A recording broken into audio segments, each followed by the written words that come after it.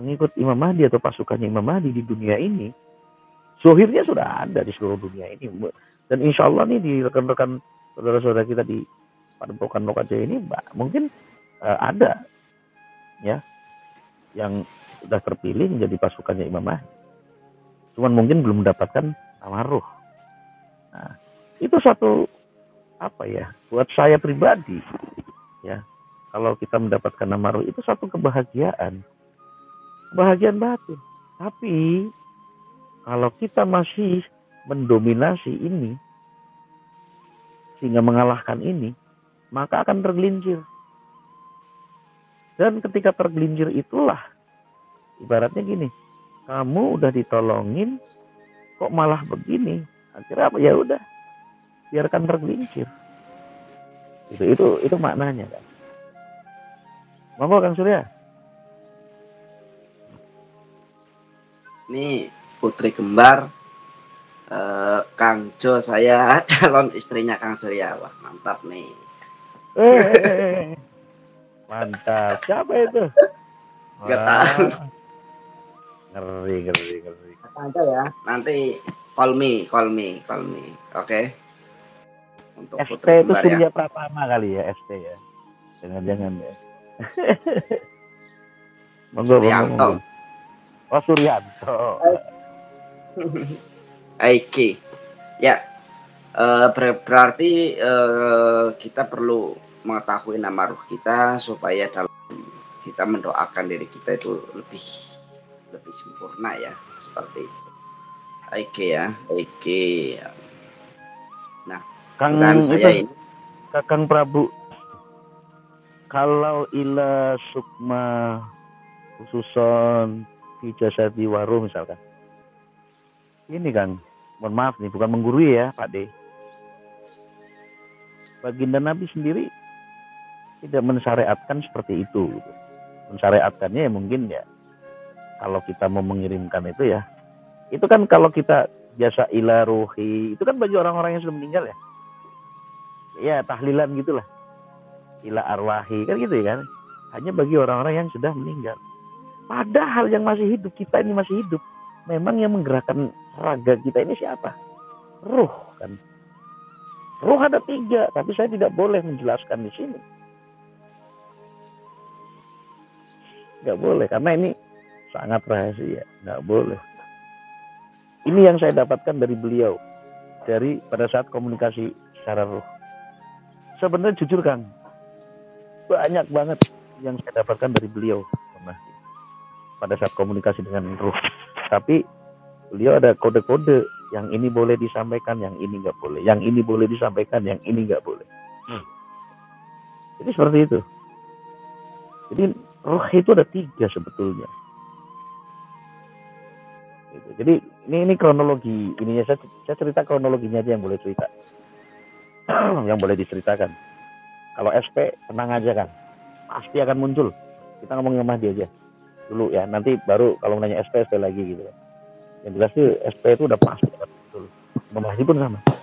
Tapi kita nyari yang lama kita. Imam Mahdi bercerita. Tapi ini ada yang saya tutupin, nggak boleh nih.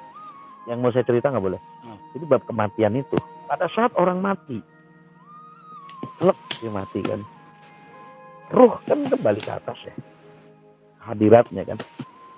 Kalau diterima oleh Allah, kan katanya kita berdoa semoga almarhumah diterima di sisinya di tempat yang terbaik kan gitu ya kan. Itu kan doa baiknya kita kepada orang-orang yang telah meninggal kan gitu. Nah, sejatinya orang mati itu kan, meninggal itu kan zohirnya, jasadnya itu kan ke bumi, kembali ke tanah. Asalnya tanah ya pulangnya ke tanah. Zohir itu. Lalu ruhnya kemana? Ruhnya ya kembali ke Allah. Di alam ruh. Alam penantian. Surga penantian. Bagi yang diterima. Kan gitu kan. Terus yang nggak diterima gimana? Akan dilemparkan ke bawah. Nah, kenapa nggak diterima? Ya karena apa? Ruh ini ruh dan jasadnya ini tidak sejalan. Jasad dikasih amanat oleh ruh untuk berperilaku seperti ruh ini. Nama ruh tadi kan, nama ruh itu kan menjelaskan tentang atau isinya adalah, hakikatnya nama ruh itu adalah perilaku atau lakon hidup. Tapi ternyata jasadnya lakon hidupnya nggak seperti itu. Nah maka apa? Bertolak belakang. Nah sehingga apa? Ya ruhnya yang akan tersiksa. Nah karena dia itu bertolak belakang, maka ruhnya ditolak. Ketika ditolak, ditendang, biar gitu ke bawah kan. Diusir oleh Allah, ditendang ke bawah, terus sampai ke bumi mentok. Keng. Akhirnya ngambang. Maaf nih, ngambang. Ya kan? Itu alam ruh juga. Tapi beda nih, nanti ada sisi lain nih. Alam ruh. Dia ngambang aja. Kemana, dia bingung, bengong. Ya kan, bengong. Ya Allah, ini gimana saya masih disiksa kanan kiri. Itu alam, itu namanya neraka penantian tuh. Namanya sijil. Kalau alien itu surga penantian. Nah sijil ini adalah tempat ruh-ruh yang tidak bisa kembali. Dia akan disiksa, dia akan ini oleh sekelilingnya. Nah kalau orang ini suka memfitnah, atau dia itu matinya itu karena penasaran tuh mati karena dia masih punya dendam gitu ya, dia mati. Misal saya punya niat mau nyantet Kang Surya, mau melumpuhkan Kang Surya gitu, pokoknya lebaran itu Kang Surya lumpuh gitu misalkan. Sebelum lebaran dia mati, saya mati. Nah saya mati masih bawa dendam. Nah itu ruhnya itu akan difitnah oleh si setan nih, namanya ya entah bentuknya kuntilanak, entah bentuknya pocong. Itu tuh jin. Jin ini akan memfitnah roh ini.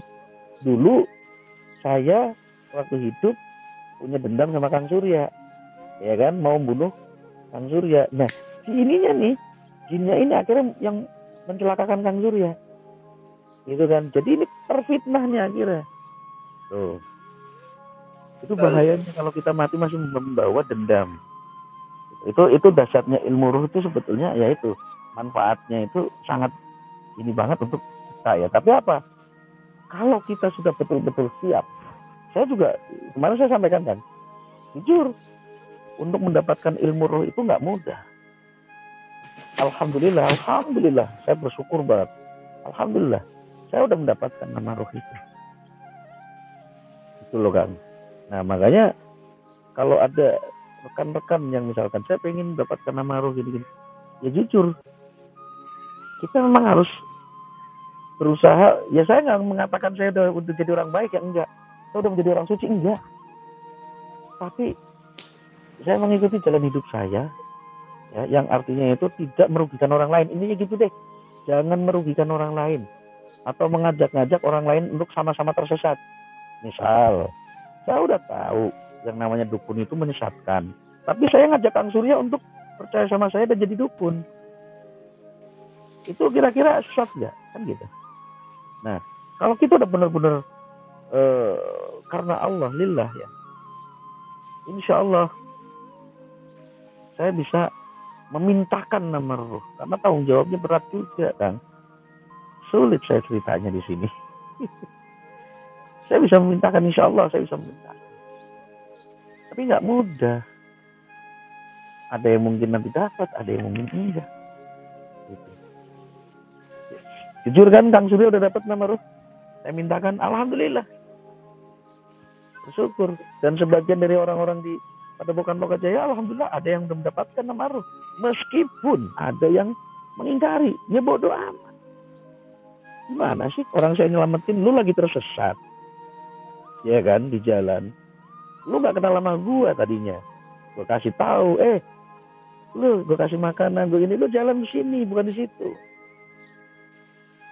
Terus akhirnya orang itu mengelak, ya silakan. Saya tidak kemudian kecewa, namanya nolongin. Ya tergelincir mah tergelincir saja. Bukan begitu kan Surya? Jadi santuy kita hidup.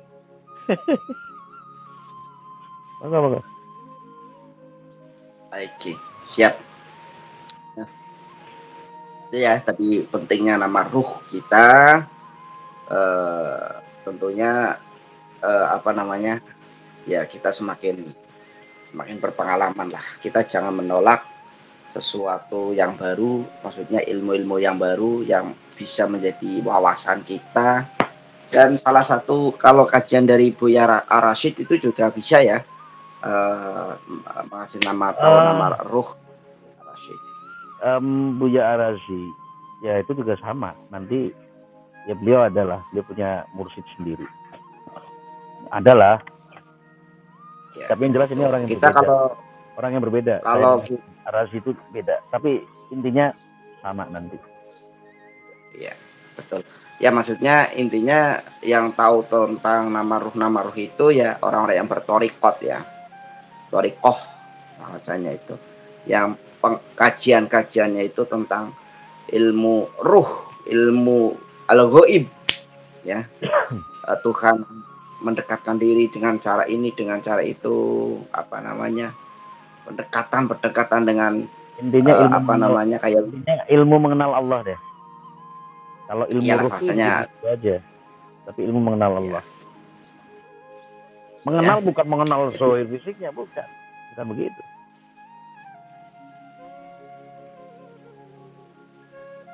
Jadi seperti itu, oposin ditolak nur. Oke ya, jadi seperti itu orang untuk. Oke, kita lanjutkan untuk pembahasan kali ini. Kita lanjut atau berapa jeda sekarang? nih? Hah? Ya monggo terserah Kang Surya. Saya sih santai aja. Santai saja kalau saya mah. Apalagi saya lebih santai nih. Bentar, ini ngetasnya kurang masuk ini. Bentar lobet. Ya. Oh, masalah kan? Mar, coba dicek dulu, Mas. Itu baru masuk. Kurang anu ya. Oke. Ganjil kali. Udah. Oke, Mas Surya. Silakan.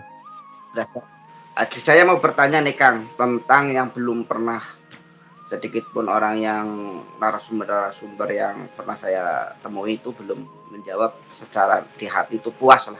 Kan ada yang puas, ada yang tidak puas, ada yang kurang mengena menurut hati itu kan ada lah namanya hati nurani itu kan masing-masing lah ya. Mungkin apa saya yang kurang paham ataukah saya yang tidak memahami bahasanya ataukah silokanya seperti apa. Nah, saya mau bertanya sama Kang yang kita akrab dipanggil Jomi. Ya, saya mau bertanyakan bahwasanya di dalam bait dari Jangka Jayabaya atau Prabu Joyoboyo disebutkan bahwasanya Sang Kinasih Satrio Piningit ini adalah orang yang kesandung kesampar. Apa makna dari itu dan kehidupannya begitu ngenes atau apakah perjalanankah atau seperti apa nih? Monggo untuk dijawab, dijabarkan. Kesandung kesampar itu makna dari tujuan Prabu Joyoboyo menjuluki Sang Kinasih Satrio Piningit itu sebagai seorang yang kesandung kesampar. Monggo dijawab, dijabarkan supaya menjadi edukasi dan pengalaman-pengalaman spiritual, supranatural seperti apa dan bagaimana bisa ada wawasannya mengenai kesandung kesampar. Monggo. Ada juga yang mengatakan kehidupan Satrio Piningit itu memang mengalami